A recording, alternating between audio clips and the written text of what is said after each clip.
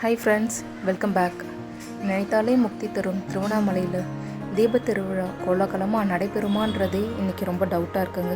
அப்படிப்பட்ட திருவண்ணாமலையோட நிலைமையை தான் நீங்கள் இப்போ பார்த்துட்ருக்கீங்க.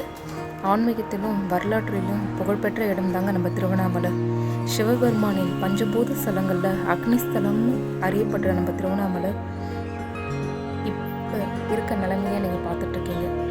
அப்படிப்பட்ட அண்ணாமலையார் மலையடிவாரத்தில் உள்ள வஉசி நகரில் மண் சரிவு ஏற்பட்டு ஒரே வீட்டில் 7 பேர் கண்ணிமிக்க நேரத்தில் உயிர் போயிருக்குங்க. நம்ம எல்லாருக்குமே இது தெரிஞ்சிருக்கும்.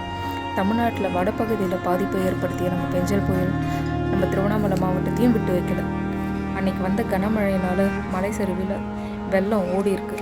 அந்த வெள்ளத்திற்கு காரணமாக மண் சரிய தொடங்கி அந்த மலைப்பகுதியில் இருந்த ஒரு பெரிய பாறை உருண்டு வர ஆரம்பிச்சிருக்குங்க.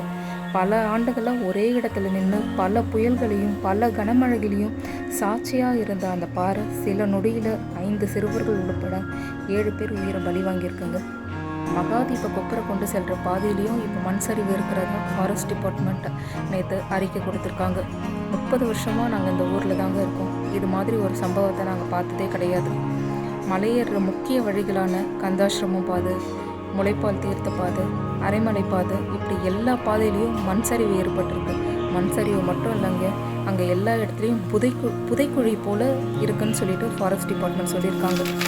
எந்த நேரத்தில் வேணாலும் 200 டன் 300 டன் எடையுள்ள பாதைகள் மண்பிடிப்பு இழந்து நிற்குது. அது எப்போ வேணாலும் கீழே விழலாம்.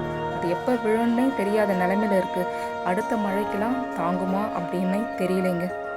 இப்படி இருக்க சூழ்நிலையில் பக்தர்கள் மலை ஏறுறதுக்கு தீபத்துக்கு அனுமதிப்பாங்களானே எல்லாருக்குமே டவுட்டாக தாங்க இருக்குது.